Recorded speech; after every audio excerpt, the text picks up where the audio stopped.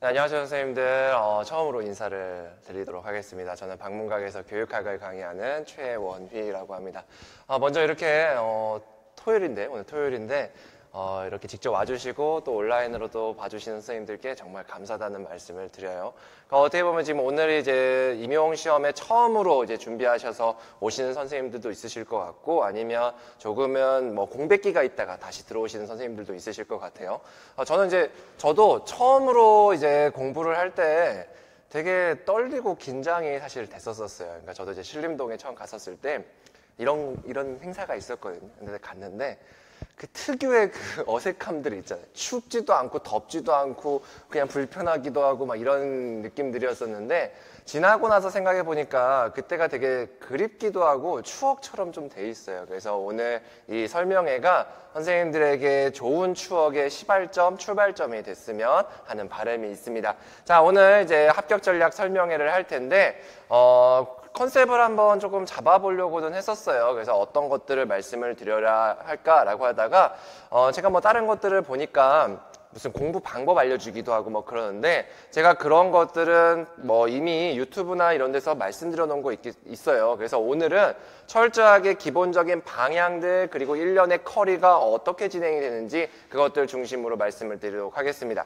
자, 일단 저를 아시는 분들, 직간접적으로 제 강의를 들으셔보셨거나 유튜브 이런 것들을 통해서 아시는 분들도 있을 것 같은데요. 네, 저는요 교원대하고 서울대에서 공부를 했었고요. 그 다음에 그 2014년도 58회 행정고시 합격을 해서 한 7년 정도 교육부에서 근무를 했었습니다. 그래서 교육부에 있었을 때 선생님들이 조금 기억에 날 만한 거라고 한다면 혹시 21학번 있어요? 21학번? 은 없죠. 지금은 근데 21학번이 올해 첫 시험을 볼 거예요. 근데 21학번들이 제가 이제 원죄가 하나 있는 게 우리나라에서 가장 불행했던 고3 중에 하나입니다. 왜냐? 고3 때 학교를 못 갔잖아. 근데 그 학교를 못 가게 한 장본인이 저였어요. 그래서 제가 온라인 계약, 그 다음에 원격 수업을 총괄했었어요. 그래서 그때 이제 제 이름을 검색하면 그때 막 사진도 나오고 이렇게 되는데, 그러다 보니까 21학번들 그리고 20년도에 뭔가 학교를 다니셨다. 물론 선생님들도 이제 대학교에 다니시고 그러셨을 텐데, 뭔가 왠지 모를 원죄도 있고 좀 잘해드려야겠다 이런 책임감들도 조금은 있습니다. 그래서 그런 것을 가지고 제가 강의에 임한다라는 것들 알아주셨으면 좋겠고요. 제 이름으로 나온 책은 이렇게 두 가지가 있어요. 이제 파란 책, 빨간 책이라고 하는데, 파란 책 같은 경우에는 기본서입니다. 그래서 한 1년 동안 커리를 이제 진행해 나가는 기본서가 되게 되는데, 저는 한 권이에요. 한 560페이지? 이 정도밖에 안 되거든요. 그래서 선생님들이 뭐 2권, 3권 뭐 이렇게 해서 공부하시면서 양적으로 늘리는 것도 분명히 좋은 점들은 있지만, 저는 철저하게 제가 공부했을 때 어떻게 했을지를 감안하고 만든 책입니다. 그래서 장담한데 한 권으로도 저는 가능하다고 봐요. 그래서 좀 이따가도 말씀을 드리겠지만 단거나 뭐 하시면 좋은데, 저는 굳이 시간을 이렇게 단거나에 할애하지 않고 이 책 하나에다가 그냥 내가 필요한 부분들 적고 강조하는 그런 것들로 생각해 주셨으면 좋겠습니다. 그리고 우리가 이론서가 있으면 그것들에 대해서 문제를 한번 풀어봐야 되겠죠. 문제풀이와 관련된 게 바로 이 빨간 책 미라클 모닝 300제라고 할 수 있는데요. 이건 단지 그냥 이론형 문제만 이렇게 푸는 거 아니에요. 뭐 특징, 장단점 이런 거 써놓은 게 아니라 실제 지금 현재 우리 트렌드에 맞게 이론을 현장에 적용하는, 소위 말해서 오픈형이라고 하는 거 300개가 들어가 있습니다. 그래서 이 부분들을 같이 공부해 주신다고 하면 우리가 어떤 문제라도 풀 수 있는 그런 대응 능력들을 길러주게 될 거예요. 자, 그리고 이제 저에 대해서 좀 더 알고 싶거나 아니면 뭐 기본적인 질의응답 자료 다운로드 같은 경우에는 다음 카페가 있습니다. 그래서 거기에 가입하셔서 확인하시면 될 것 같고요. 그 다음에 요거 이제 유튜브예요. 무려 3,300명이나 되는 구독자를 자랑하고 있는데, 임용업계에 사실은 이렇게 많지는 않습니다. 그 유튜브 자체가. 그래서 제가 처음에 이 일을 시작할 때부터 간단하게 올려놨던 것들, 그리고 뭐 여러 가지 것들이 있으니까 저에 대해서 그냥 조금이라도 뭔가 내용을 알고 싶다, 이 사람이 강의를 어떻게 하는지 좀 알고 싶다라고 하면 유튜브에서 확인해 주시면 될 것 같습니다. 자, 일단 오늘 설명에 제가 앞에서 말씀을 드렸듯이 기본적으로 세 파트로 진행이 될 거예요. 하나는 출제 경향을 분석하면서 학습에 대한 기본 전략, 학습에 대한 방향을 한번 설정해 나갈 겁니다. 그리고 그 방향에 맞게 2024년, 그러니까 25학년도 중등 임용을 대비해서는 어떤 커리큘럼을 제가 안내하고 있는지 그런 것들을 한번 말씀을 드리도록 하겠습니다. 그리고 마지막으로 질의응답을 진행하게 될 거고요. 자, 먼저 우리 출제 경향부터 한번 살펴보도록 합시다. 출제 경향, 우리가 선생님들, 초수 아니신 분들도 있고 초수이신 선생님들도 있으실 것 같은데 일단 이 출제 경향을 한번 알아줘야지만 우리가 학습의 기본 방향들을 제대로 세팅할 수가 있어줘요. 자, 우리 기본적인 거 한번 알아보도록 합시다. 우리 시험 11월에 보죠. 11월 이제 셋째 주 정도에 보게 되는데 그리고 그 앞뒤로 해서 사전 예고, 본 공고가 있고 1차 시험을 끝으로 이제 지나서 2차하고 이제 합격자 발표가 이렇게 진행이 되게 됩니다. 자, 1차 시험에 대충 11월 셋째 주, 넷째 주에 보게 되는데 끊임없이 나오는 얘기가 있어요. 끊임없이 얘기가 나오는 게 초등하고 중등하고 순서를 바꿔야 되지 않겠냐라는 게 내부 논의예요. 내부 논의. 교육부 내부 논의가 있고 그게 매년 그 회의에 올라오는 안건이기는 한데 그런 것들이 만약에 지금은 일단은 제가 모든 커리는 지금처럼 11월 셋째 주에 본다는 가정하에 커리를 만들어 놨거든요. 근데 혹시나 우리가 본 공고나 사전 예고가 나오면서 만약에 일정이 바뀌게 된다라고 하면 그때 다시 한번 커리 수정이 조금은 있을 것 같지만 어쨌든 우리가 11월 중순쯤에 보게 된다라고 알아두시면 될 것 같습니다. 자, 그리고 이제 1차 시험을 보면 여기에 이제 교육학이 나오게 되죠. 교육학은 논술형이고 그 다음에 여기서 하나 보셔야 될 게 우리 시험은요 문제 1개예요. 1개. 한 문항이에요. 이게 무슨 말이냐면 4개 아닌가요? 물론 소주제는 4개가 맞죠. 근데 문제가 한 문항입니다. 따라서 우리는 하나의 통글을 써줘야 되는 거예요. 일관된 하나의 글을 써주는 게 우리 시험의 본질이라고 할 수가 있습니다. 그래서 소주제 4개, 지금까지는 그렇게 나왔잖아요. 내년에 2개 나올 수도 있어요. 아니면 6개 나올 수도 있어요. 그래서 그런 것은 장담하지 못합니다. 그래서 선생님들이 우리가 크게 한 문항이 나오게 된다. 물론 큰 주제를 통해서 나오게 된다 정도 아시면 될 것 같습니다. 우리 시험 1시간 동안 약 2장의 분량을 서술하게 되는 건데 우리 시험 보면 이제 9시부터 10시, 그 다음에 10시 40분부터 12시 10분, 그 다음에 또 40분 쉬고 해서 2시 20분까지 하게 되는데 우리나라에서 하는 모든 시험 중에 제일 지저분한 시험이에요. 뭐냐? 2시 20분에 끝나는데 점심시간을 안 주잖아. 그래서 이거 되게 잔인하거든요. 근데 알아보니까 어쩔 수 없이 그런 비용적인 문제가 조금 있대요. 그래서 점심시간을 두면 좀 더 늦게 끝나잖아요. 그러면 채점위원 수당이 올라가나 봐. 그래서 우리나라에 조금 예산적인 측면들이 조금은 있습니다. 자, 어쨌든 우리 시험은 아침 9시부터 봐요. 그래서 사실은 되게 좀 일찍 보거든요. 논술형 시험. 아침 9시부터 뭔가 글을 써보라라고 하면 생각보다 안 나옵니다. 그렇기 때문에 실전에서 선생님들이 되게 당황하는 것 중에 하나가 내가 아는 건데 왜 이렇게 안 써지지 하는 것들이거든요. 왜냐하면 우리가 혼자 열심히 하면서 답안 쓰는 연습을 하지만 대충 머리가 제일 활성화될 때가 오후쯤 이렇단 말이에요. 그런데 우리 시험은 오전에 보기 때문에 이제 실제 시험에 임박하면 임박할수록 오전에 글 쓰는 연습들을 해주시면 좋을 것 같습니다. 자, 우리 시험 이제 교육학 시험의 출제 범위를 보면 블라블라블라 이런 내용들이 나와 있어요. 근데 거기에 나와 있는 내용 중에 하나가 이게 약간 좀 글씨가 깨지네요. 자, 교육학, 개론, 교철사, 교육과정, 평가, 방법 이런 것들이 들어가게 됩니다. 흔히 우리들 교직이수나 아니면 우리 사범대 교육학 과정에서 배웠었던 그런 내용들을 다 다루게 된다라고 보시면 될 것 같습니다. 그래서 선생님들 중에 오해하시는 경우가 있어요. 어차피 교육과정, 방법, 행정, 평가만 나오는 거 아니에요? 라고 하는데 어쨌든 시험 범위에 다 들어가 있습니다. 그렇기 때문에 언제 어디서 튀어나올지 몰라요. 그래서 선생님들이 물론 나중에 이제 시험에 임박하면 임박할수록 효율적으로 공부하는 건 맞지만 지금 상반기 같은 경우에는 우리가 그래도 이 시험 범위에 나오는 것들은 정확하게 아실 필요가 있습니다. 자, 그렇게 이론적인 내용들이 15점이 나오게 돼 있고요. 그 다음에 글 쓰는 것과 관련돼서 5점이 있어요. 자, 논술의 내용과 주제 연계가 3점, 표현의 적절성과 관련돼서 2점이 있고 그래서 그것들이 총 5점인데 솔직히 말하자면요, 이 5점은요, 선생님들 꽈락 방지하기 위한 거예요. 만약에 이 내용으로만 점수를 주게 되면 선생님들이 쉽지 않을 거예요. 정말. 꽈락을 넘기도 쉽지 않은 경우들도 있습니다. 왜냐? 모르는 이론들이 나오면 되게 당황할 수밖에 없잖아요. 그래서 이건 좀 알아두세요. 교육학 시험의 본질이 무엇인가? 우리 교육학 시험. 이거는 목적이 뭐냐면 선생님들을 떨어뜨리려고 하는 시험이 아니에요. 붙이려고 하는 시험인 겁니다. 그러면 이 문제 자체가 지나치게 어려워서도 안 될 것이고요. 이상한 내용 나오면 안 되는 거예요. 그래서 제가 요번에 그랬어요. CAT, 그 다음에 또 뭐 있었지? 뭐 학운이, 이런 거 너무 지엽적인 거 나온 거 아니에요? 라는 얘기가 있었는데 아니에요. 그거 되게 잘 낸 문제거든요. 왜 나온 스토리들이 다 있습니다. 근데 그런 것들을 선생님들이 강의 중에나 아니면 혼자 공부하시면서 파악하시면 되는 것들이에요. 그래서 그런 것들이 다 나오게 되어 있는데 만약에 지엽적인 것들로 문제가 다 나와버려 봐요. 그러면 우리가 꽈락을 넘기도 쉽지 않은 경우들도 있지만 어쨌든 그런 것들을 방지하기 위해서 이런 글 쓰는 것과 관련된 점수를 기본적으로 주게 돼 있습니다. 이 5점과 관련돼서는 크리티컬하지 않는 이상은 점수가 그렇게 깎이진 않아요. 특히나 주제 연계 같은 경우에는 큰 주제에 맞게 하나의 통글을 쓰는 거잖아요. 아까 그랬잖아요. 우리 문항 한문항이라고.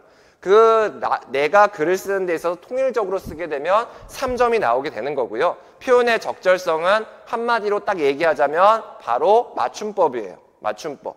근데 이것도 무조건 맞춤법 다 맞아야 된다 이런 게 아니라 지나치게 실수하시는 분들이 조금은 있어요. 물론 우리가 4년의 과정, 그 다음에 교직이수까지 하다 보면 그런 경우들이 막 반복적으로 나타나지 않는데 어떤 경우에서 얘기가 나오냐면 우리 그런 거 있잖아요. 지향해야 된다, 지양해야 된다. 요런 것들이 그냥 비단 맞춤법 문제가 아니라 아예 글의 뉘앙스를 바꿔버리잖아요. 그래서 그런 것들이 계속해서 반복되게 되면 이 표현의 적절성 부분에서 까일 수가 있습니다. 그리고 요거는 제가 채점 들어갔던 친구, 국어과 친구였었는데요. 그 친구한테 들었던 얘기인데 아무래도 혹시 국어과 선생님 있으실지 모르겠지만 국어과에서는 조금은 빡빡하게 봅니다. 조금은. 왜냐? 국어과니까. 그래요. 거기서 그렇기 때문에 국어과, 그다음에 영어과 정도 제가 그러니까 그러니까 어문학 계열 같은 경우에는 표현의 적절성을 다른 과보다는 조금은 더 보는 것 같긴 한데 그게 그렇게 심하진 않다. 그러니까 신경 안 쓰셔도 돼요. 그래서 어쨌든 그런 것들이 있다 정도로만 아시면 될 것 같습니다. 자, 이게 우리 고시에 나와 있는 출제 범위인데요. 방금 말씀드렸듯이 교육학과 관련된 모든 파트들이 다 들어가 있어요. 그렇기 때문에 시험 범위에 다 들어가게 된다 정도 아시면 될 것 같습니다. 자, 그러면 우리가 이제 출제 경향을 한번 살펴보도록 할게요. 우리가 출제 경향 같은 경우에는 우리 시험이 2014학년도부터 논술형으로 바뀌었습니다. 그 이전까지는 객관식으로 하고 있다가 14학년도부터 논술형이 됐는데 자, 이제는 문제가 어떻게 나오고 있냐면요. 단순 이론만 묻는 것이 아니라 이론을 현장에 적용하는 유형으로 출제 유형이 안정화가 돼 있어요. 소위 말해서 우리가 지금 알고 있는 오픈형, 열린형이라고 하는 거 있잖아요. 그런 것을 저는 현장 적용형이라고 하는데 그냥 뭐 제가 오픈형이란 말을 그렇게 좋아하지 않아요. 왜냐? 어떻게 시험에서 답이 없어? 웃기지 않아요? 말이 안 맞아요. 시험은 답은 있습니다. 다만 명확하게 딱딱 떨어지지 않으니까 우리가 오픈형이라고 얘기를 하는 거지 사실은 뭐냐면 다들 방향들은 있어요. 방향들이 있기 때문에 우리가 그 방향에 맞게 써줘야 되는 건데 그런 것들을 현장 적용형이라고 제가 말씀을 드립니다. 어쨌든 우리가 여러 가지 이제 시험들 여러 해를 거치면서 다소간의 부침이 있었거든요. 그래서 제가 우리 시험에 이제 시기적으로 보면 크게 세 가지 시기로 나눠봤습니다.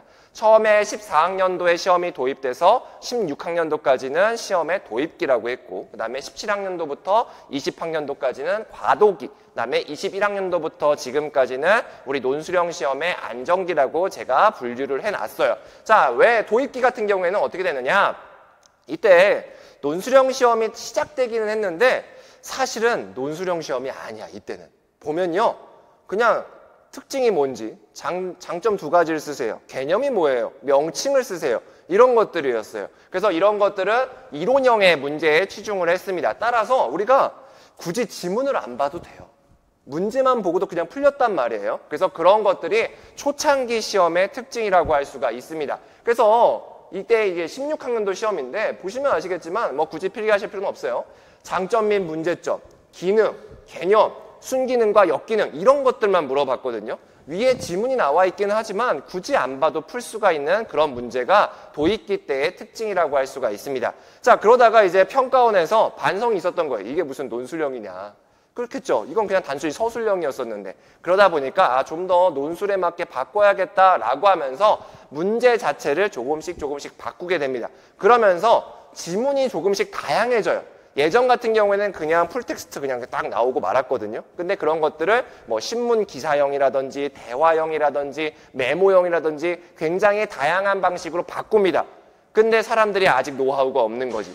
그러다 보니까 문제는 여전히 도입기 때처럼 냈어요. 그래서 지문은 굉장히 현장 중심이야. 막 대화도 나오고 그래.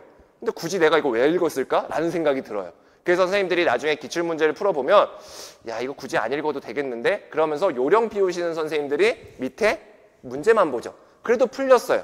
자, 그때가 바로 과도기라고 할 수가 있었습니다. 자, 근데 역시나 또 평가원이 반성을 하게 되죠. 아, 이게 무슨 논술형이냐. 진짜 이론을 현장에 적용하는 그런 능력들을 테스트해야겠다라고 하면서 시험이 바뀌게 됩니다. 자, 이게 이제 과도기 때의 문제인데, 과도기 때 보면 뭐 이렇게 뭔가 신문 형태, 뭔가 아까랑 좀 다르죠. 그래서 이런 것들이 나오게 되어 있어요. 자, 근데 역시나 문제는 기본적인 이론형을 물어봤었고요.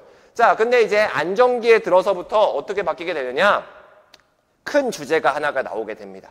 근데 그 큰 주제는 그냥 아무거나 나오는 것이 아니라 해당 해에 가장 조금 키워드 핵심이라고 될 수 있는 주제가 큰 주제로 나오게 돼요. 학습자 맞춤형 교육, 학생의 선택과 결정의 기회를 확대하는 교육, 이런 것들이 큰 주제로 나오고 그 큰 주제에 맞게 소주제 4개를 일관되게 쓸 수 있을 정도로 문제가 나오게 돼요. 왜냐?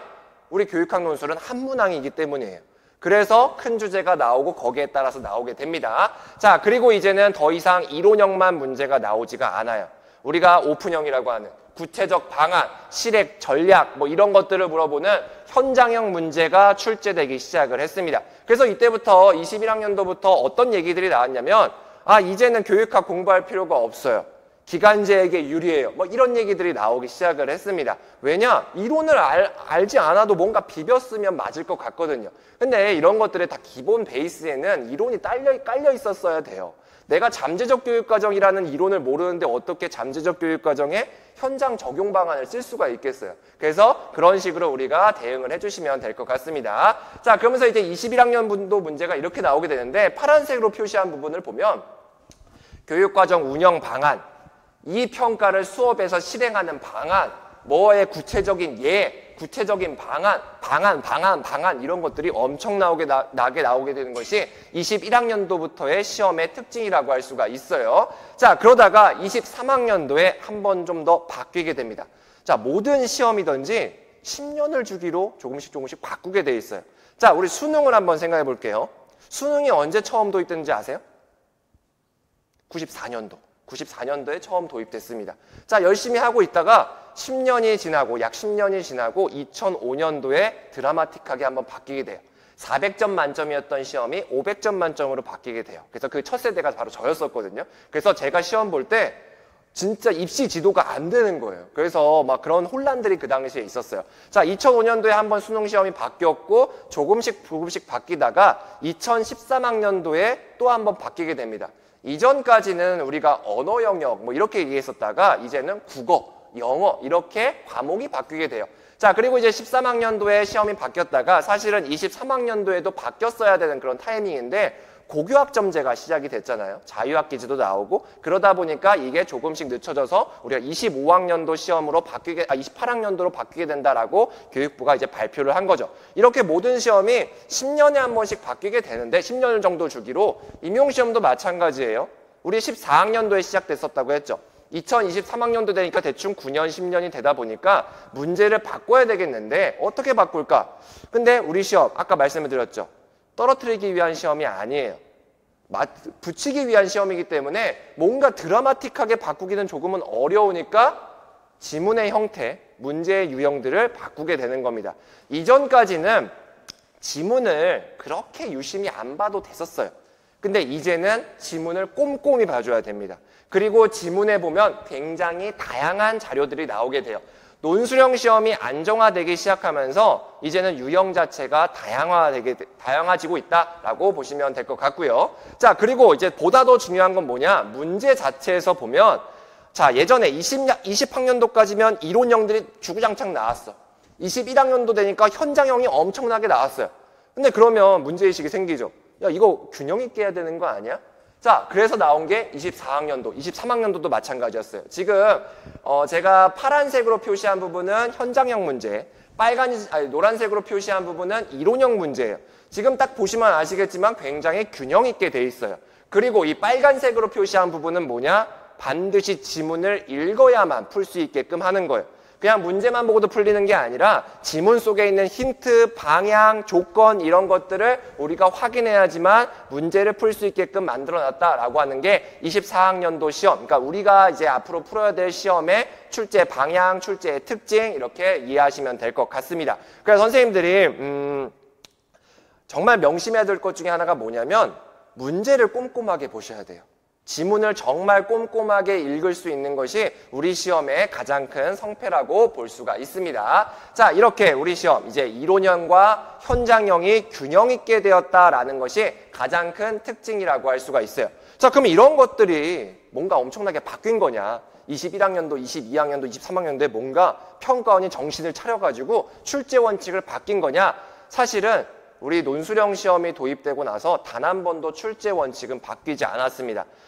교육학에 있어서, 임용시험에 있어서 논술형을 이제 도입을 해야겠다라고 생각한 게 한 2007, 8학년도? 뭐 그때쯤 돼요. 되게 오래전 얘기입니다. 그러면서 교수님들에게 정책 연구도 맡기고 이러는 과정 속에서 교사 임용시험의 출제 원칙을 확립하게 됩니다. 2008년도에. 거기서 뭐라고 돼 있냐면 우리 중등임용교육학 시험은 출제 원칙으로서 중등학교 교사에게 필요한 전문 지식과 자질을 종합적으로 평가한다라고 제시하고 있고요.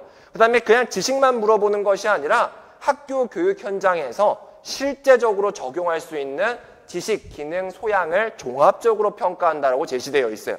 즉, 우리가 한 번도 바뀌지 않았습니다. 출제 원칙 속에서는 이론만 물어볼 게 아니라 이론을 현장에 적용하는 것을 물어볼 거예요 라는 것들이 명확하게 반영이 돼 있었는데 20학년도 전까지는 그 노하우가 없었던 거죠. 맨날 그냥 대학교 시험에서 내듯이 그냥 이론만 냈었던 거예요. 그러다 보니까 그런 것들이 한계가 있었고 21학년도부터 바뀌게 됐다라고 보시면 될 것 같아요. 자, 이게 우리 시험에서 여태까지 11년, 12년에 걸쳐서 나왔었던 10년에 걸쳐서 나왔었던 출제 범위 뭐 이렇게 됩니다. 그래서 보면 출제 파트였는데 가장 위에서 이제 교육 철학, 교육 사회, 교육 과정 뭐 이렇게 나눠놨고 그래서 각각의 파트별로 어떤 이론들이 나왔었는지 이렇게 제시되어 있는데 딱 보시면 아시겠지만 과방행평에 몰려 있어요. 과방행평에 몰려 있는데 이 과방행평에 몰려 있는 게 뭐 이런 얘기합니다. 뭐 교육 과정, 교육 방법, 교육 행정 교수님들이 입김이 세가지고 들어간 거 아니냐. 근데 죄송한 말씀이지만 교육학 전공자분들에게 죄송한 말씀이지만 교육학이 엄청나게 우리 다른 뭐 법학, 뭐 행정학은 좀 그렇고 뭐 다른 학문들에 비해서 학과별로 이렇게 분과가 막 명확하지 않아요. 교육 과정을 하시는 분이 방법도 하는 경우 많고요. 과정하다가 평가하시는 분들도 되게 많아요. 그래서 과정 교수님 들어갔다고 해서 무조건 과정 나오고 이런 것들은 조금은 아닙니다. 그럼 왜 과방행평 중심으로 나오게 되느냐? 아까 출제 원칙에 충실했기 때문이에요. 아까 출제 원칙에서 뭐라고 했어요? 현장에서 활용할 수 있는 지식과 기능, 소양 이런 것들을 물어본다고 했잖아요. 근데 이 중에서 교육 과정, 교육 방법, 평가, 행정이 실제적으로 적용할 수 있는 지식, 이론들과 굉장히 맞닿아 있는 경우가 많습니다. 왜냐? 교육 과정은 선생님들이 앞으로 실제로 적용해야 되는 프로그램이에요. 그러니까 이론적으로 생각하지 말고요. 교육 과정이라는 것 자체가 여러분들이 그것을 보고 그 다음에 적용하는 그런 프로그램이 되게 됩니다. 자, 그런 교육 과정을 적용하는 과정 속에서 나는 여러 가지 교육 방법들을 적용할 것이고 그 다음에 평가 방법들도 적용할 거예요. 그러니까 방법과 평가가 문제에서 나오는 거고요. 자, 그리고 우리는 좋은 교육을 하기 위해서 이렇게 교육 과정을 잘 적용하고 교육 방법을 잘 적용하기 위해서는 뭔가 지원들이 있어줘야 됩니다. 그런 환경들이 조성돼야 돼요. 그런 것들이 바로 교육 행정인 거예요. 되게 현실적인 파트인 거고 우리에게 실제적으로 도움이 되는 그런 영역들이 이 과방행평이라고 볼 수가 있습니다. 자, 그러면 이렇게 우리가 출제 원칙도 알았고 출제 방향 이런 것들도 알았으면 과연 공부 방법은 어떻게 해야 되냐? 기본적으로 마인드 세팅부터 한번 하도록 할게요.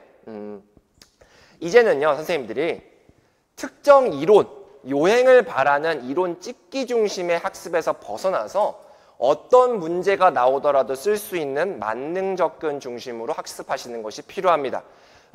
예전에 2020학년도 이전까지 보면 이론형 문제가 많이 나왔잖아요. 그럴 때는 이런 방식들이 맞을 수가 있었어요. 아, 이거 중요할 것 같아. 별표 3개. 이거 나올 거야. 앞글자 따가지고 막 외웁니다. 키워드 중심으로 학습하는 게 이때는 주요했어요. 왜냐? 서술형 문제였었으니까. 근데 이제는 그런 것들을 문제에서 묻지조차를 않아요. 그렇기 때문에 우리는 내가 공부한 게 나오더라도 그러니까 내가 알고 있는 이론이 나오더라도 내가 공부한 방식으로 출제가 안 되는 거죠. 그럼 그거 보고 이 강사가 찍어줬으니까 내가 아는 거네 하면서 막 아는 거 써봐. 그럼 문제랑 핀트가 안 맞거든요. 그럼 틀리게 되는 거예요. 근데 만약에 내가 공부하지 않은 게 나왔어. 그런데 어떻게든 지문을 잘 읽고 내가 알고 있는 교육학적 사고를 기반으로 뭔가를 써요. 그럼 그런 것들이 오히려 답이 될 수가 있습니다. 왜냐? 우리 문제는 현장형으로 나오고 있기 때문에. 그래서 선생님들이 기본적으로 마인드셋을 바꿔줘야 돼요. 강사에게 의존하지 마세요. 제가 강의를 하고 있는 입장에서 굉장히 조심스러운 발언이긴 하지만 팩트가 그런 걸 어떻게 하겠어요? 우리 선생님들 시험 합격하려고 제가 존재하는 사람입니다. 그렇기 때문에 저에게 뭔가 이론을 찍고 막 저는 무당이 아니잖아요. 그래서 그리고 그런 거 있어요. 제가 찍어준다 한들 내가 현장에서 못 쓰면 그만이잖아요. 그렇기 때문에 이론 찍기 중심의 그런 수동적인 마인드 세팅이 아니라 어떠한 문제라도 대응할 수 있는 만능 접근이 필요합니다. 자, 근데 제가 만능 접근이라고 하니까 오해가 조금 있으신 것 같아요. 우리 이 업계에서 통용되는 말 중에 교육학 논술 뻔해 만능 툴만 있으면 된다라고 해서 나만의 틀을 만들어 놓고 만약에 문제가 나왔을 때 소위 말해서 키워드 갈아끼기를 하거든요. 그거 정말 최악의 방식이에요. 그거는 만능 접근 기반의 공부 방법이 아니고요. 과거의 이론 찍기 중심, 키워드 중심의 학습인 겁니다. 문제는 계속해서 발전하게 돼 있어요. 그리고 현장형으로 나오기 때문에 내가 공부한 게 아닌 것들이 나올 수밖에 없습니다. 그렇기 때문에 우리는 그렇게 키워드 중심, 찍기 중심이 아니라 만능 접근을 해야 되는데 이 만능 접근은 뭐냐면요. 파트별로 생각의 흐름들이 있어요. 아, 여기서 이렇게 생각을 해야 되고 그럼 이런 사고방식에 따라서 이렇게 내가 답을 쓸 수 있겠구나 라고 하는 게 맞는 접근이고 그것을 에듀마인드, 교육학적 사고라고 하거든요. 그래서 그런 교육학적 사고를 학습하는 것이 이 강의를 통해서 얻게 되는 겁니다. 그래서 선생님들이 이렇게 꼭 마인드 세팅 자체를 바꿔주셨으면 좋겠어요. 자, 이거는 제가 꼭 말씀드리고 싶은 건데 저는 아직도 그래요. 제 아이덴티티가 아무래도 교육부에 있기 때문에 되게 웃기죠? 공교육에 있다가 여기 와 있으니까. 근데 저는 단 한 번도 선생님들에게 뭔가 이렇게 뭐라고 해야 되지? 이제 상업성 강의? 이렇게 하면서 준비를 하진 않아요. 저는 교육부에 7년 정도 있으면서 굉장히 현직 연수들을 많이 했었거든요. 그래서 이 자리에 올 때도 언제나 현직 교사에게 연수를 한다는 마음으로 들어옵니다. 그러면 선생님 어차피 다 선생님들 되실 거니까 그러면 선생님들이 실제로 교육 현장에 가서 좋은 선생님이 될 수 있도록 해주는 게 저의 어느 정도의 역할이라고 보는데 선생님들 가가지고 나중에 현장에 가가지고 딱 그럴 거예요. 야, 이거 수능에 나오니까 이거 앞글자 따서 이렇게 외워. 따다다닥. 되게 옛날 방식의 교사잖아요. 물론 그게 막 절대적으로 틀렸다 이렇게는 보기 힘든 측면도 분명히 있지만 어쨌든 선생님들 자신만의 꿈들이 있을 겁니다. 좋은 교사로서 나는 이런 사람이 돼야지라고 하는 그 교사상이 있을 텐데 그러면 어떤 방식의 공부를 내가 지금부터 해야 될지 선택해 보세요. 당연히 이쪽에 좀 더 가깝게 되겠죠. 그래서 우리가 공부하는 것 자체도 이론 찍기 중심이 아니라 이런 방식으로 공부를 해주셨으면 좋겠습니다. 자, 그러면 만능 접근이 도대체 그럼 뭐냐? 만능 접근 기반의 학습에 있어서의 기본 방향이 뭐냐?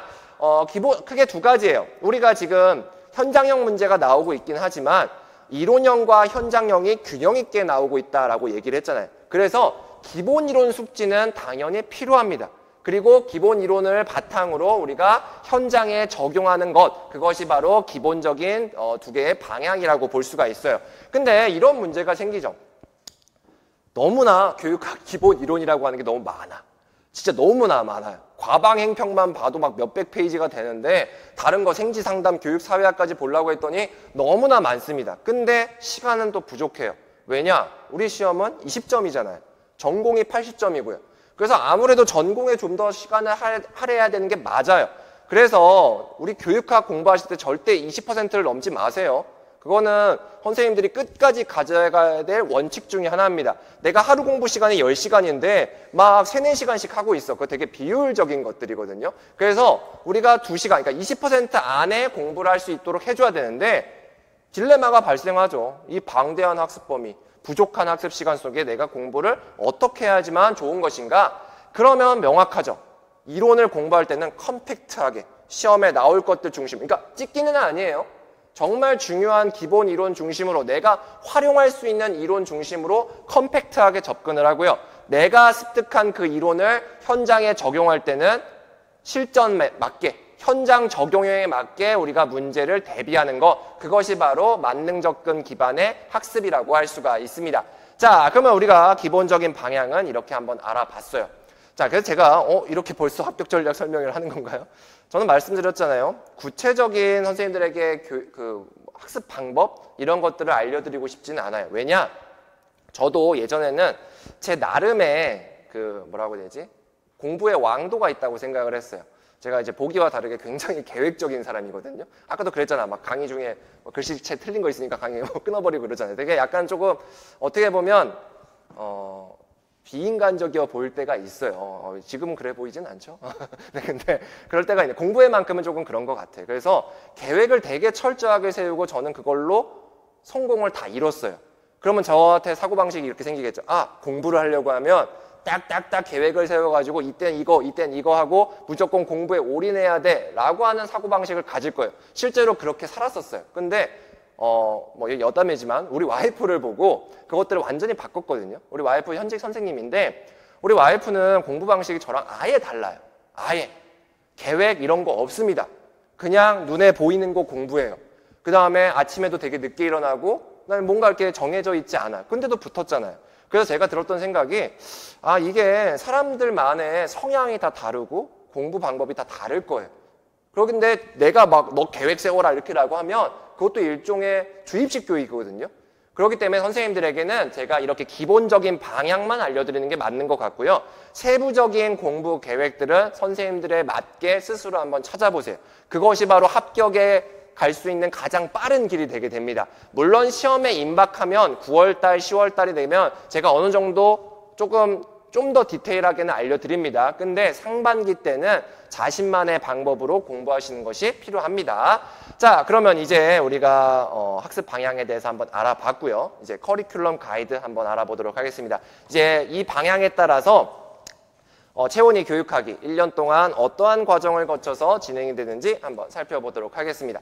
자, 요 그림이 있어요. 요 그림 대단한 건 아니고 그냥 교육부에서 보고서를 쓸 때 이런 그림들을 한 장으로 이렇게 만들어 놔요. 왜냐? 있어 보이려고. 그냥 있어 보이려고 그러는 거예요. 뭔가 있어 보이는 것 같잖아. 근데 내용은 사실은 그렇게 엄청나게 세밀하지는 않습니다. 우리가 합격으로 가기 위해서는 아까도 말씀드렸듯이 출제 원칙 기반의 만능 접근 기반의 컴팩트한 이론 숙지, 트렌디한 문제풀이를 해주시면 되는 거예요. 그럼 이런 것들은 어떠한 과정을 거치게 되느냐? 바로 들이다 문제부터 풀고 이런 것들이 아니라 먼저 나를 진단해야 돼요.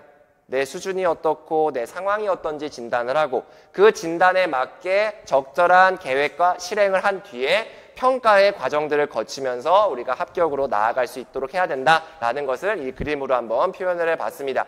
자, 진단. 그럼 진단을 어떻게 할 거냐? 진단평가 우리 볼 거냐? 이런 얘기들이 있는데 자, 사전 자가 진단 후에 선생님들이 클래스를 자유롭게 선택하시면 되는 거예요. 그럼 진단을 어디서 할 수 있나요? 제가 넣어놨잖아요. 넣어놨습니다. 우리 거기 설명의 자료에도 넣어놨고 제 카페에도 있어요. 그래서 선생님들이 거기 있는 것들을 한번 보시면서 간단하게 돼 있거든요. OX 퀴즈 그다음에 간단하게 기입하는 거 이런 것들이 있습니다. 그래서 그런 것들을 보시고 점수를 이제 봅니다. 그랬을 때 내가 어느 수준에 들어가게 되는지를 보시면 되는데 사실 이거는 제가 예전에 선생님들의 이제 선배 수험생들 선배 선생님들의 직접 테스트를 과정에 거치면서 한 거긴 하지만 이게 또 다를 수가 있잖아요. 그래서 일종의 참고 자료로서 활용하시면서 저한테 직접적으로 질의응답을 주시거나 아니면 뭔가 상담을 하거나 이러면서 우리가 구체할 필요가 있을 것 같습니다. 자, 나의 수준을 진단을 했으면 상황도 진단을 해야 돼요. 자, 왜냐면 어떤 사람은 강의가 되게 필요하신 분들이 있어요. 왜냐? 진짜 혼자 독학을 못 하겠거든요.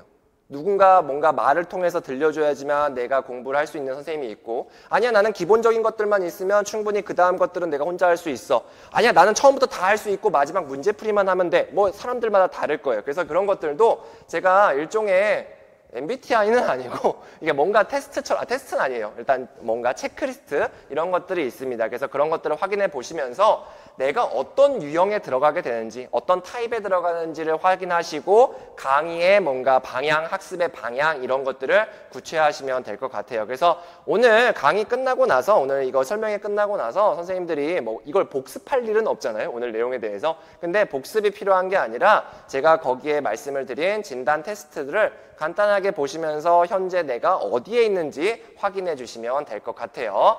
자, 이제 우리가 진단이 끝났으면 계획과 실행으로 넘어가 줘야 됩니다. 그러면서 우리가 차근차근 나의 교육학 레벨, 교육학의 스텝을 업할 필요가 있게 되는데, 우리 교육학에 있어서, 사실 교육학뿐만 아니라 모든 학습에 있어서 크게 네 단계가 있는 것 같아요. 자, 뭐냐? 자, 여러분, 저보고 지금 갑자기 로스쿨을 가래. 로스쿨을 가래. 그럼 제가 뭐 하겠어요? 그냥 갑자기 막 변호사를 하기 위해서 막 이렇게 말빨 연습을 할 게 아니라 로스쿨 진학에 필요한 뭔가 기본적인 법학 지식들을 알아야 될 거 아니에요? 그럼 저 역시도 기본 강의 수강하고 이럴 겁니다. 그런 것들은 바로 토대 마련과 관련된 부분이에요. 기본적인 이론을 숙지하는 거죠. 자, 내가 기본적인 이론을 숙지했어. 그럼 어떻게 해야 되겠어요? 이해는 됐단 말이에요. 그러면 암기를 해나가야 되겠죠. 암기를 할 때 아무거나 막 암기를 하는 것이 아니라 기출문제를 볼 겁니다. 기출문제를 보면서 이런 것들이 시험에서 주로 나왔으니까 나는 이런 것들 중심으로 외워야 되겠구나. 그리고 그런 것들을 실제로 반복하면서 외워나갈 거예요. 이론들을 내 것으로 만드는 거, 내재화 단계를 거치게 될 겁니다. 자, 내가 일단 알았어. 외웠어. 이해도 됐고 외웠어. 근데 우리 시험은 무슨 시험이에요? 쓰는 시험이잖아. 그러면 그것들을 표현할 수 있어줘야 돼요. 인출의 과정이 필요한 거죠. 그래서 인출이 필요할 것인데 그때는 문제를 열심히 풀어볼 겁니다. 연습 문제를 풀어볼 거예요. 자, 그리고 시험에 임박했네? 그럼 어떻게 해야 되겠어요? 실제 모의고사들을 열심히 풀어보게 되겠죠. 이 네 단계는 교육학뿐만 아니라 우리 모든 시험에도 다 적용이 될 수 있는 부분들이에요. 그래서 선생님들도 이번에 공부 계획, 공부 방향들을 짜실 때 이렇게 네 단계로 크게 나눠주시면서 내가 강의를 들을지 아니면 뭔가 스터디를 할지 아니면 뭐 열심히 책을 보실지를 결정하시면 됩니다. 그래서 우리가 다시 토대 마련부터 보면 토대 마련 단계는 심플해요. 학원 강의를 듣거나 아니면 내가 가지고 있는 기본 교재 아니면 교수님들의 교과서 이런 것들을 반복해서 보시면서 이해하시면 되는 단계입니다. 이때부터 외울 필요는 전혀 없어요. 자, 외우게 되는 거 바로 기출문제 때부터죠. 자, 기출문제를 풀면서 그냥 기출문제 그냥 풀고 끝 이게 아니라 이 기출문제를 보라는 의미는 기출에서 나왔던 이론들을 확인하는 거예요. 그리고 이런 것들이 중요하게 다뤄졌구나. 그러면 내 교재에다가 체크를 하겠죠. 근데 이해가 안 되는 부분이 있어. 그러면 다른 것들을 찾아보면서 뭔가 덧붙여 나갈 거예요. 그런 것들을 뭐라고 하냐면 바로 서브노트, 단권화 작성이라고 하는 거예요. 단권화라는 게 교재가 있고 그 교재와 별도로 나만의 교재를 만드는 거, 이것도 단권화가 될 수 있는데 저는 그게 되게 시간이 없었어요. 그렇죠? 뭔가 타이핑을 해야 되거나 아니면 실제로 써야 되는데 얼마나 시간이 부족해요. 그래서 그냥 강사 기본 교재에다가 제가 옆에 여백이나 아니면 뭔가 그 끼워 넣기 이렇게 해서 만들었거든요. 근데 그런 것들의 기반은 다 기출문제였었습니다. 그래서 선생님들이 이런 과정을 거치면서 내재화를 할 수가 있는 거예요. 자, 그리고 이제 문제를 풀어 나갈 텐데 문제를 풀 때 처음부터 현장형 문제를 풀어봐. 되게 어려워요. 갑자기 선생님 보고 잠재적 교육과정의 현장 적용 방안을 목표 설정과 평가 계획으로 나눠서 2가지씩 써보세요. 이러면 이게 무슨 말이야? 이래버린단 말이에요. 그럼 처음부터 현장형 문제를 풀 게 아니라 쉬운 거부터 풀어야죠. 이론형 문제부터 풀어야 돼요. 왜냐? 우리 시험에서도 이론형 문제 여전히 나옵니다. 잠재적 교육과정의 장점, 단점 물어볼 수 있어요. 그래서 그런 것들을 기본적으로 먼저 풀어보는 거예요. 쉽게 쓸 수 있잖아요. 우리 장단점은, 개념은 쉽게 쓸 수 있습니다. 그래서 그런 연습을 먼저 해보고 그런 것들이 끝났으면 우리 트렌드에 맞게 현장형 문제를 풀어나가는 그런 과정을 거치게 되겠죠. 그리고 나서 시험에 임박하면 정말 좋은 모의고사를 풀게 되는 것, 요것이 바로 요번에 교육학의 기본 스텝업 방향이라고 볼 수가 있을 것 같아요. 자, 그러면 이런 4단계를 기반으로 저는 강의를 만든 거예요. 그래서 제 강의의 컨셉은 뭐냐? 일단은 순환체제라고 제가 얘기를 도입을 했어요. 그러니까 이거는 사실 다른 뭐 공무원 시험이나 행시시당 이런 데서 다 쓰는 말이긴 한데 순환 뭐냐? 반복한다는 거예요. 결국에는 이론들, 수많은 이론들을 내 것으로 만들기 위해서는 1월부터, 빠르면 지금 12월부터 계속해서 나만의 책들을 반복해서 봐줘야 됩니다. 그래야지만 내 것으로 만들 수가 있어요. 그래서 우리가 순환체제를 도입하면서 핵심 이론들 중심으로 컴팩트하게 내재화시키려고 하는 것이 제 강의의 컨셉 중에 하나입니다. 그리고 아까도 말씀을 드렸지만 바로 모의고사를 푸는 것이 아니라 처음에 기출문제 풀 거예요. 그리고 이론형 문제 풀 거예요. 그 다음에 현장형 문제 풀 거고 실전 모의고사 이렇게 단계별로 문제풀이가 구성이 되는 것이 제 강의의 컨셉이라고 할 수가 있습니다. 그래서 교육학 커리, 1년 커리는 기본적으로 이렇게 1에서 5순환까지 그리고 마지막 파이널까지 진행이 되어 있습니다. 파이널은 5순환이랑 같이 묶일 수가 있어서 저는 그냥 편의상 5개의 순환이라고 말씀을 드려요. 그래서 1순환 같은 경우에는 토대 마련 단계, 즉 1, 2월 달에 하게 될 것이고요. 2순환은 기출문제, 기출 이론들을 심화적으로 볼 거예요. 그러니까 다른 선생님들 같은 경우에 우리가 심화 이론이라고 하는 부분들이 있잖아요. 근데 제가 심화를 안 다룬다라는 게 아니라 기출 이론 중심으로 심화 이론들을 다룰 겁니다. 그런 것들을 3, 4월에 할 거고요. 그 다음에 3순환 때는 이론형 문제 중심으로 문제를 풉니다. 그리고 4순환 때는 현장형 문제를 풀 것이고요. 9월부터는 실전 모의고사 체제로 돌입하게 되는 거예요. 근데 이런 질문들이 있어요. 와, 저 진짜 노베이스인데요. 완전 노베이스인데 1순환부터 들을 수 있을까요? 그런 얘기들이 많아요. 왜냐? 저 같은 경우에도 4학년 때 교육학을 배우지 않았거든요. 그냥 어떻게든 학점 빨리 끊으려고 1, 2, 3학년 때 다 몰아서 들었어. 그러니까 4학년 때 기억이 하나도 안 나죠. 그리고 교직기수 선생님들도 마찬가지예요. 학부 때 다른 걸 하다 보니까 대학원 때 배웠었던 교육학 이론들이 정확하게 기억이 나질 않아서 1순환부터 바로 들어갈 수 있을까라는 걱정거리들이 의외로 많더라고요. 그래서 제가 요번에 영순환이라고 해서 하나 만들어 놨어요. 그래서 돈 벌려고 이렇게 한 게 아니라 이게 뭐냐면 선생님들 1순환 듣기 전에 약간의 소양이라고 할까요? 교육학적 사고 제가 말씀드렸잖아요. 에듀마인드예요. 그 에듀마인드를 습득할 수 있는 거, 함양할 수 있는 강의가 영순환이기 때문에 선생님들 관심 있으신 선생님들 한번 들어보셔도 될 것 같습니다. 자, 그리고 또 이런 경우가 있어요. 네, 알겠어요. 저는 열심히 1순환 들어볼게요. 1순환 들었어. 근데 공부를 열심히 했어요. 근데 3월부터 전공에 치입니다.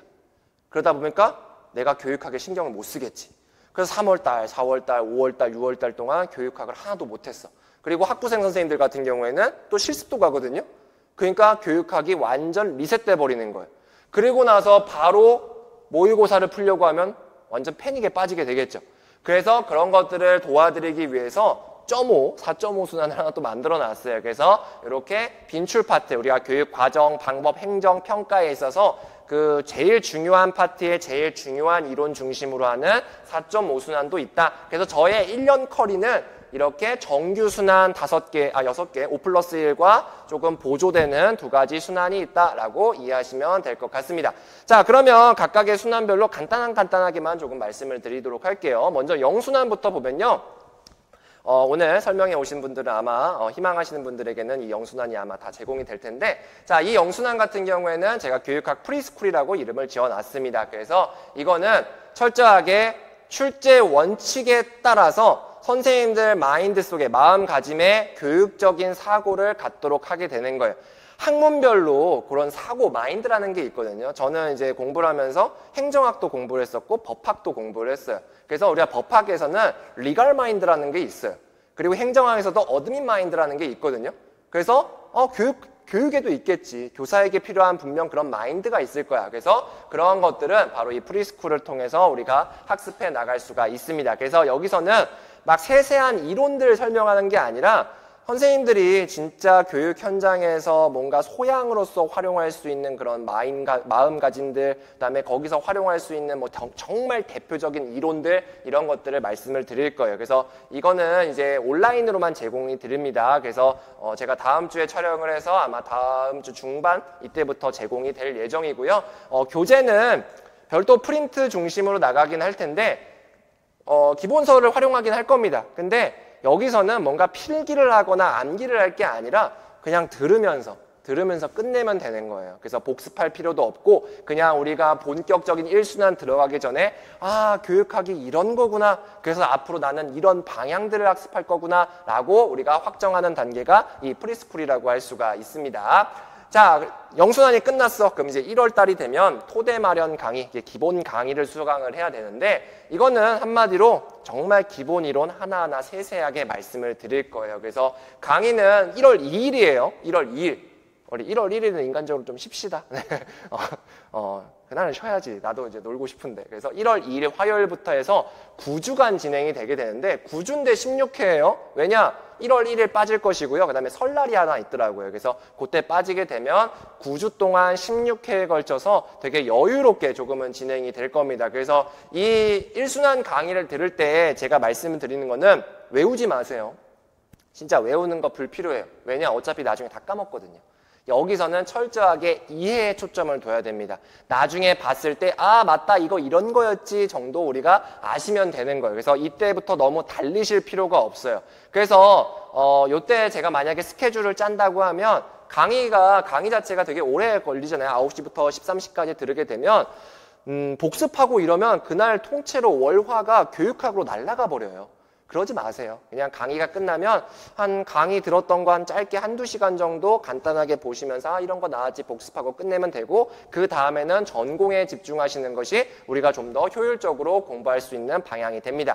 자, 여기서 이제 교재 우리 셀프 교육학 기본서를 할 텐데 올해는 개정 안 돼요. 그래서 지금 가지고 계신 분들 아니면 선배가 주신 분들 그냥 활용해 주셔도 됩니다. 그래서 기본적인 거 작년판 버전으로 할 텐데, 아무래도 작년판 버전이다 보니까 뭐라고 해야 되지? 좀 더 보충할 내용들이 있을 거잖아요. 그런 부분들은 제가 별도로 프린트로 같이 제공해 드릴 예정입니다. 자, 1순환이 끝나고 나면 기출 내재화 강의 2순환이 시작이 됩니다. 그래서 이거는 3, 4월 달에 하게 되는데, 자, 이때는 뭐냐? 아까 제가 기출을 강조했었잖아요. 생각보다 선생님들이 기출 문제를 잘 안 봐요. 특히나 객관식 기출 문제는 더더욱 안 봅니다. 아, 선생님 그걸 왜 봐요? 그 객관식 우리랑 시험 문제 스타일도 다른데. 그 문제 푸는 게 중요한 게 아니라 거기서 다룬 이론들이 중요한 거거든요. 그래서 우리가 여기서는 기출 내재화 강의에서는 교육학 기출 이론들 중심으로 다시 한번 강의를 빠르게 반복하는 과정이 있을 거예요. 아예 문제만 푸는 게 아니라 이론적인 것들 설명을 하되 심화적인 내용들 설명을 할 거고요. 전반부의 이론 설명이 끝났으면 후반부에는 객관식 문제를 한번 같이 풀어보고요.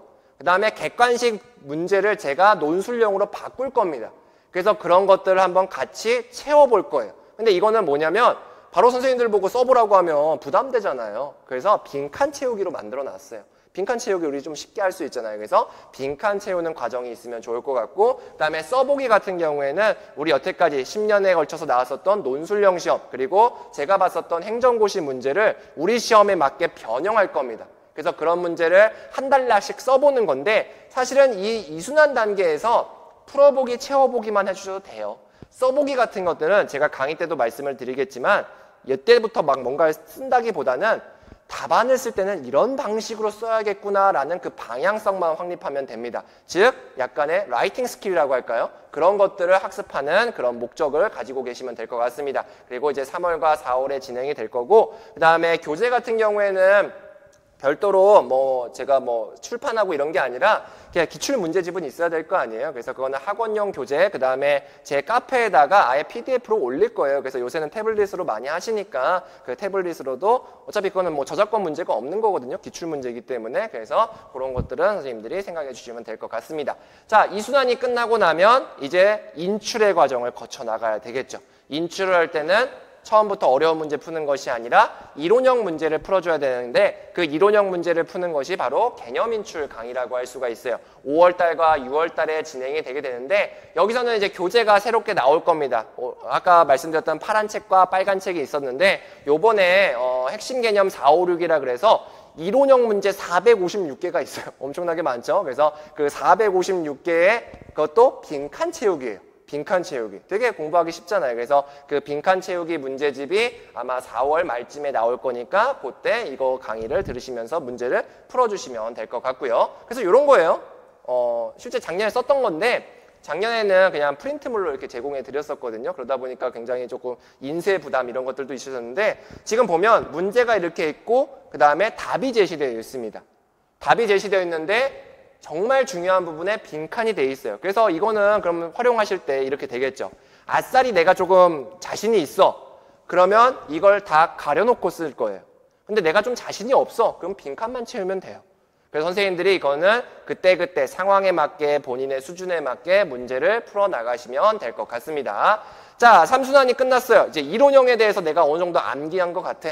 그러면 실제로 이론들을 적용해보는 그런 과정들이 필요하겠죠. 바로 4순환 강의가 시작이 됩니다. 자, 이 4순환 때는 현장형 문제 풀이에 완전 집중할 거예요. 현장형 문제, 뭐뭐의 실행 방안, 교수 전략, 뭐뭐를 고려할 점 이런 것들을 집중적으로 반영한 300개가 있습니다. 300개. 자, 미라클 모닝 300제라고 하는 문제집을 같이 한번 풀어보면서 선생님들이 현장형 문제에 대해서 완벽하게 대응해 나가는 그런 연습들을 하게 될 겁니다.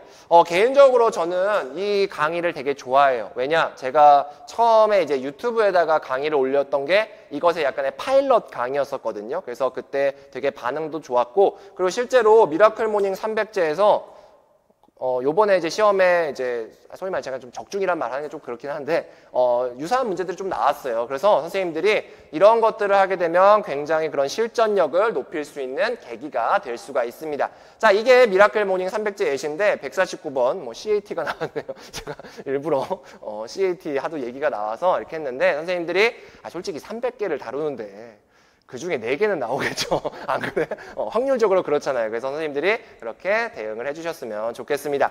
자, 4순환과 5순환으로 넘어가기 전에, 이제 실전 모의고사를 풀기 전에 아까도 말씀드렸듯이 그래도 너무 문제만 푸는 거 아니에요, 선생님? 조금 이론을 조금 다뤄주세요. 그래서 만든 게 이 빈출 파트 핵심 특강, 바로 4.5순환입니다. 그래서 여기서는 굉장히 좀 빠르게 진행이 됩니다. 빠르게, 정말 중요한 이론들 중심으로 빠르게 다시 한번 설명해 가는 강의고요. 이거는 8월 말에 일요일에만 개강을 할 거예요. 8월달 일요일에. 그래서 집중적으로 4순환 들으면서 같이 병행할 수도 있는 부분이 있으니까 참고해 주셨으면 좋을 것 같네요.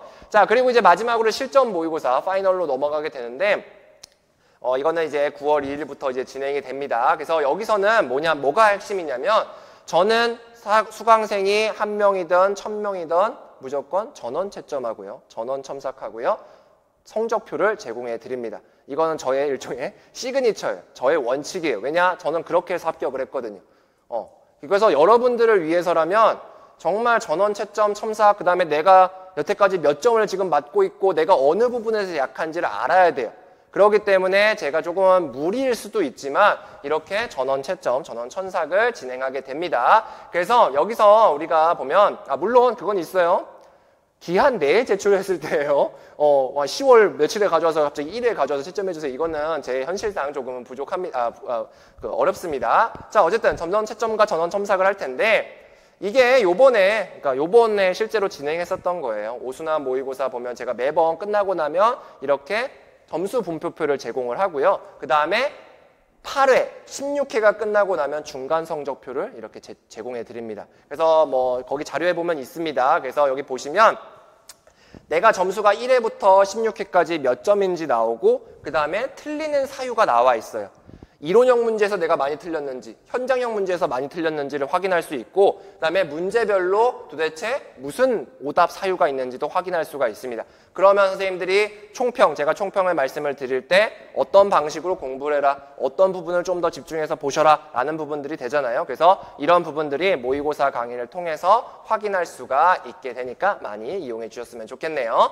자, 그리고 이제 마지막 파이널 강의가 되게 되는데 이 파이널 강의, 그러니까 제가 여기 업계에 들어왔을 때 제일 많이 들었던 얘기 중에 하나가 구조화를 해줘야 된다는 거였어요. 교육학에 있어서 구조화. 왜냐? 너무 방대하잖아요. 그래서 마인드맵을 통해서도 공부를 하고 이렇게 되는데 진짜 구조화는 바로 시험에 임박했을 때 하게 됩니다. 그래서 우리가 공부를 할 때 보면 공부를 잘하는 친구들이 어떻게 해요? 처음에 100시간 동안 공부했었던 부분들, 다음에는 60시간을 줄이고, 그 다음에 30시간, 20시간, 10시간, 1시간. 그래서 1년 동안 내가 배웠던 것들을 마지막 최종 1시간으로 줄이게 되거든요.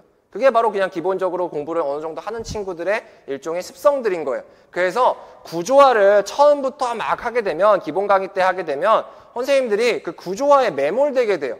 막 틀에 짜맞추려고 된단 말이에요. 그래서 처음에는 기본적인 이론들을 숙지해 나가고 있다가 제가 파이널 강의 때 구조화를 다 시켜드릴 겁니다. 이거는 제가 장담할 수가 있어요. 왜냐, 요번에 한번 여러분들 선배를 제가 실험을 해봤는데 괜찮더라고요. 그래서 그런 것들을 하게 되면 아, 이게 교육학이구나.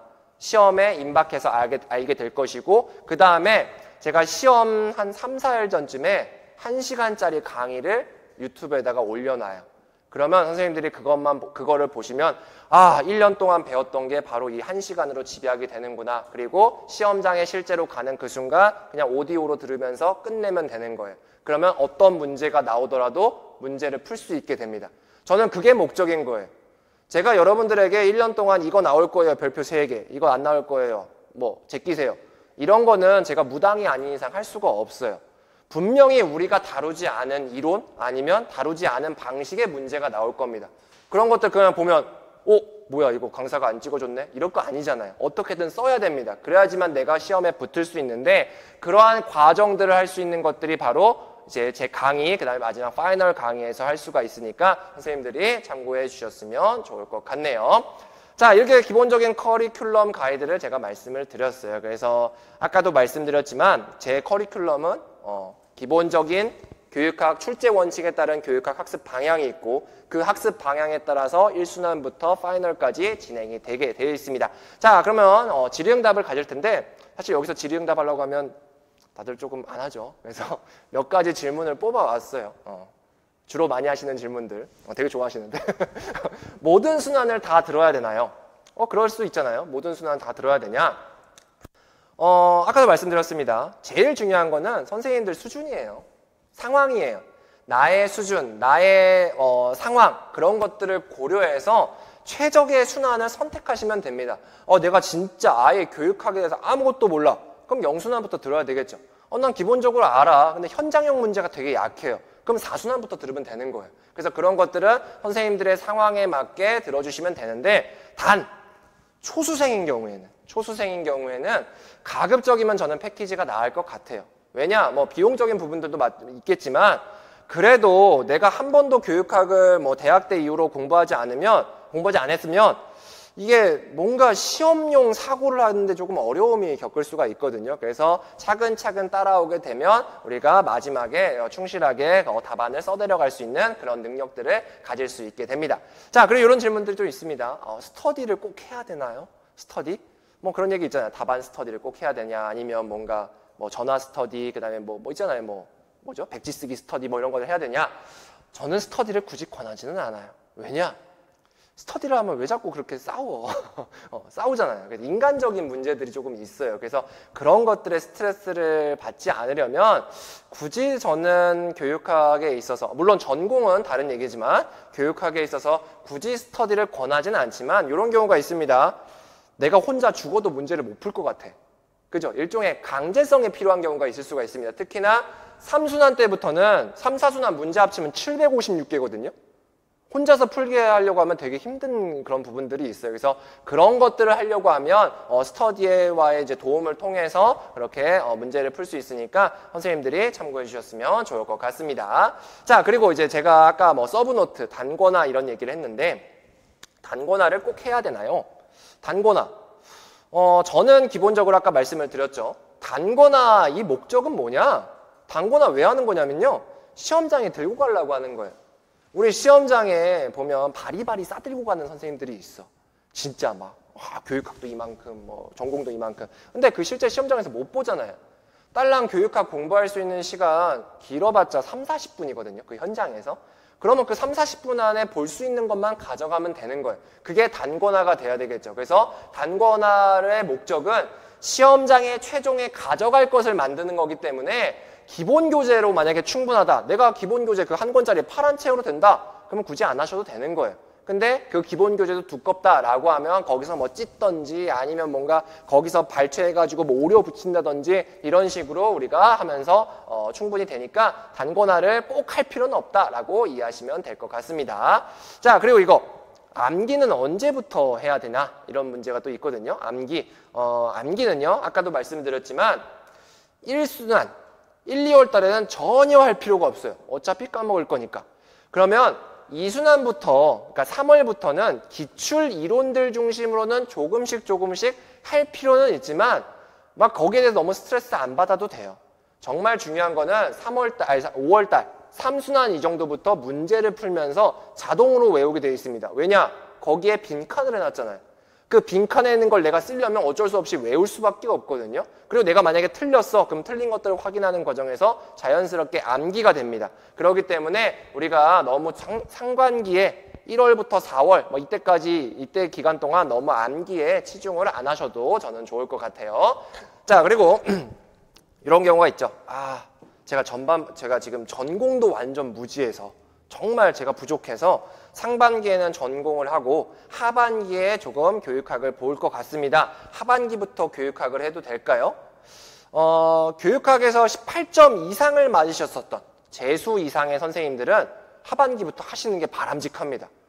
굳이 그 전에 하는 거는 시간적으로 불필요하거든요. 근데 그렇지 않은 경우, 초수이거나 아니면 재수 이상인 경우에도 15점, 16점 이렇게 되는 경우에는 상반기에는 시작을 하셔야죠. 근데 1월부터 막 이렇게 하는 게 아니라 그때는 아까도 말씀드렸듯이 나의 수준과 상황에 맞게 결정하시는 거예요. 그런 것도 충분히 하실 수 있잖아요. 그래서 그런 부분들 검토해 주시면 될 것 같습니다. 그리고 우리 시험에 좀 특징이 있어. 우리 시험은 아무래도 이제 재수 이상의 선생님들 같은 경우에는 그 기간제를 하거나 시간 강사를 병행하는 경우들도 많잖아요. 그렇기 때문에 교육학에 온전히 투자할 수 없는 경우들이 조금은 많거든요. 그래서 그런 것들을 감안했을 때면 우리가 융통적으로 시간을 활용하는 게 중요하고, 더더욱 제일 중요한 거 아까도 말씀을 드렸지만 하루 내가 공부할 수 있는 시간의 20%를 넘기면 안 됩니다. 20%. 저는 그러면 하루 공부 시간이 3시간인데 그럼 20%면 얼마예요? 그러면 한 30몇 분밖에 안 된단 말이에요. 그것만 해도 충분합니까? 네, 충분해요. 그렇게 해야죠. 왜냐하면 나머지 시간은 전공을 해야 되기 때문이에요. 그래서 선생님들이 그런 것을 원칙으로 삼고 공부를 해 나가셨으면 좋겠습니다. 자, 이렇게 이제 기본적인 FAQ는 마치도록 하겠고요. 혹시 질문 하실 분 있으실까요? 네, 다 다뤘던 것이라고 생각을 하고, 지금 생각 안 나시는 경우다 하더라도 카페에 올리셔도 되고 아니면 끝나고 저한테 말씀을 주셔도 될 것 같습니다. 자, 이렇게 우리가 합격 전략 설명회를 한번 해봤습니다. 그래서 선생님들 25학년도, 그러니까 교육학 논술에 완벽하게 대응하기 위해서는 출제 원칙에 부합하면서 학습하는 게 중요한 거예요. 그래서 이론 찍기 중심의 수업이 아니라, 학습이 아니라 만능 접근 기반의 학습을 하는 것이 필요한 거고, 그 만능 접근 기반의 학습은 이론은 정말 중요한 거 중심으로 컴팩트하게 공부하시는 것이고, 실전은 트렌디한 문제들을 풀어나가면 되는 거예요. 그래서 선생님들이 이것들, 제 강의를 앞으로 듣던지 안 들어도 저는 상관이 없어요. 제일 중요한 건 선생님들이 이런 것들을 마음속에 염두에 두고 공부를 해 나가셨으면 좋겠습니다. 그래서 오늘 아까도 서두에 말씀을 드렸지만 선생님들 앞으로 정말 오랜 기간 동안 교사 생활을 하실 텐데, 오늘 이 합격 전략 설명회가 선생님들 교사 생활에 있어서 어느 정도 조금은 방향이 될 수 있는 그런 계기가 되었으면 좋겠습니다. 그러면 이렇게 강의를 마치도록 할게요. 다음에 뵙도록 하겠습니다. 감사합니다.